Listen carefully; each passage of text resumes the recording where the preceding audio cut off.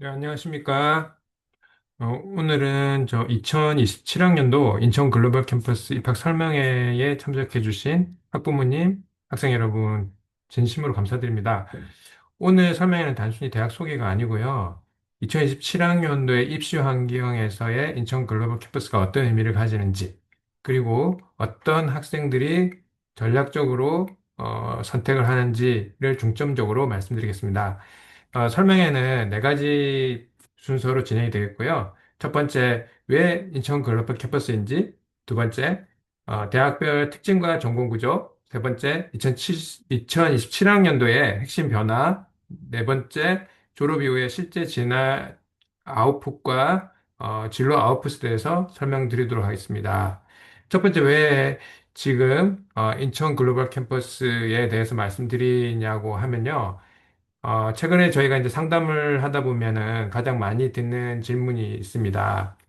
국내 대학을 보내고 나서 뭐 해외는 뭐 필요할 때 어학연수를 보낸다든가 학부를 졸업하고 대학원을 미국으로 간다는 이제 얘기를 하는데 실질적으로 이제 미국 대학원을 바로 가기에는 좀 쉽지가 않은 부분도 있습니다. 그리고 국내 대학이 요즘 이제 4년 등록금을 따져보면 평균 한 3천만 원, 4천만 원 정도 들어가는데요. 근데 요즘은 이제 국내 대학 졸업한다고 해서 바로 취업을 하는 것이 좀 쉽지 않습니다. 그러다 보니 졸업 전에 어학연수라든가 해외 경험을 추가하는 경우도 많고요. 그리고 이제 입학 자체도 재수나 삼수 정도까지 하다 보니 그런 비용들을 따져보면 거의 뭐 1억은 훌쩍 넘고 2억 가까이 들어가는 경우가 있습니다. 그리고 이제 만약에 왜 그러면 송도 쪽에 가지 말고 처음부터 미국 본교로 가면 어떠냐 이런 이제 얘기도 하시는데 미국 주립대 같은 경우에는 학비가 약 한 1년에 4천만 원 정도 되고요. 사립대의 경우에는 뭐 8천만 원 정도 나오는 경우도 있고 또 뭐 뉴욕대나 뭐 보스턴 대학이나 그런 데는 학비가 1억 2천만 원 정도까지 나오는 학과도 있습니다. 그러면 이제 4년 동안 체류비랑 이제 이런저런 비용들을 포함하면 실제 뭐 6억 가까이도 들어가기도 합니다. 그렇지만 이제 인천 글로벌 캠퍼스 같은 경우에는 이제 학비는 이제 지금 환율 때문에 왔다 갔다 하지만은 보통 이제 2만 달러에서 좀 2만 3천 정도 왔다 갔다 하고요. 그리고 이제 기숙사 비용 자체가 워낙 저렴합니다. 그러기 때문에 이제 미국을 본교에 1년 정도 가는 비용을 포함하더라도 1억 8천만 원 정도가 이제 소요되기 때문에 국내 대학에서 재수를 하고 어학연수 가는 비용하고 크게 차이가 없습니다. 그러면 이 학교들이 과연 그 어느 정도 위치가 있느냐 이제 이런 것들을 봐야 되는데 한국에서 보면은, 한양대학교라든가, 뭐, 그 한양대학교 정도, 그 정도 한 400위권 정도라고 볼 수 있는데요.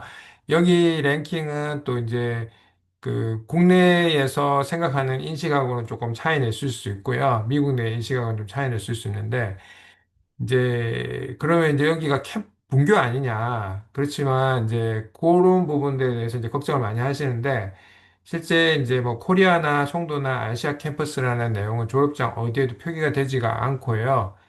지금 이제 뭐 스토니브룩을 포함해서 이제 모든 학교들이 대부분 이제 그 성적표 자체에도 어떤 이제 코리아 내용이 없습니다. 이제 두 가지 학과, 기계공학하고 뭐 컴퓨터 과학 같은 경우에는 뭐 순위 코리아 일부 찍히는 과목이 있긴 하지만 이제 나머지 학과들 경우에는 이제 성적표 자체로도 완벽하게 구분이 안 간다라고 보시면 될 것 같고요. 그래서 비용은 이제 절반 수준이고 학위는 미국과 동일하게 나온다. 이렇게 이제 인식이 되다 보니 요즘 최근에는 이제 인천 글로벌 캠퍼스가 좀 하나의 대안으로 평가를 받는 것 같습니다. 현재 이제 인천 글로벌 캠퍼스에는 총, 이제 5개가 있는데요. 5개의 대학이 있는데 뉴욕 주립대 산하의 스토니브룩하고 그다음에 이제 FIT라고 패션 관련된 이제 명문 대학입니다. 그리고 이제 조지 메이슨 대학교, 유타 대학교, 겐트 대학교 이렇게 이제 5개 학교가 있고요. 랭킹 자체는 뭐 상당히 괜찮은 학교들입니다. 이제 뉴욕 주립 때부터 보시면요. 뉴욕 주립대의 경우에는 현재 이렇게 이제 전공학과가 있는데 특히 이 중에서는 아무래도 컴퓨터 과학하고 경영학과에 대한 인기가 되게 높고요. 최근에는 이제 기계공학이나 이제 전자정보공학 같은 경우에도 상당히 이제 인기가 있는 전공입니다. 최근에 저희 이제 컨설팅 쪽으로 이제 연락 온 학생 같은 경우에는 국제학교를 나오고 SAT 점수가 1480점 정도 있었는데도, 일단 이제 지원 기간에 이제 지원을 했음에도 불구하고, 탈락을 해서 이제 저희 컨설팅 쪽에 의뢰가 와서 지금 이제 재지원을 해서 이제 합격한 케이스가 있긴 하고요. 그 예전처럼 이렇게 준비 없이 지원해가지고는 합격하기 좀 쉽지 않은 상황입니다. 이제 홀리스틱 리뷰를 하기 때문에 여러 이제 서류들을 이제 제출할 수 있는데 기본적으로 이제 영어는 조건부도 있고 그다음에 이제 영어 점수를 내는 케이스도 있지만은 아, 성적이 좀 아쉬운 학생일 경우에는 아무래도 조건부보다는 이제 영어는 조금 높여서 내는 게 좀 좋을 수 있고요. 영어 점수는 보시는 바와 같습니다. 이제 조지 메이슨 대학교 같은 경우에는 이제 조지 메이슨이라고 하면 이제 본교가 워싱턴 DC 인근에 있는데요. 아무래도 정치 국제 관계 쪽에 이제 중심 도시이다 보니까 아무래도 이제 정치, 국제학, 분쟁 분석 이런 쪽 학과들이 되게 강세가 있고요. 또 경영학과하고 데이터 사이언스 학과도 상당히 강한 학교입니다. 특히 이제 경영학 같은 경우에는 세부 트랙이 잘 돼 있기 때문에 굉장히 취업이 잘 되는 학과이고요. 여기도 이제 영어가 좀 조건부가 있긴 하지만 가급적이면 이제 영어를 맞춰서 이제 제출하시는 게 좋고요. 듀오링고 기준으로 이제 110점입니다. 그 다음에 이제 유타 대학교인데요. 유타 대학교는 사실 이제 뭐 제일 미국 학생들이 많이 이제 들어와 있는 학교가 아마 유타 대학이라고 볼 수 있을 것 같고요.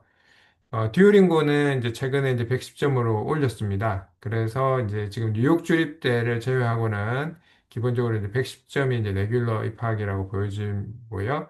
그리고 여기는 이제 특색 있게 이제 토익도 영어 점수를 받고 있습니다.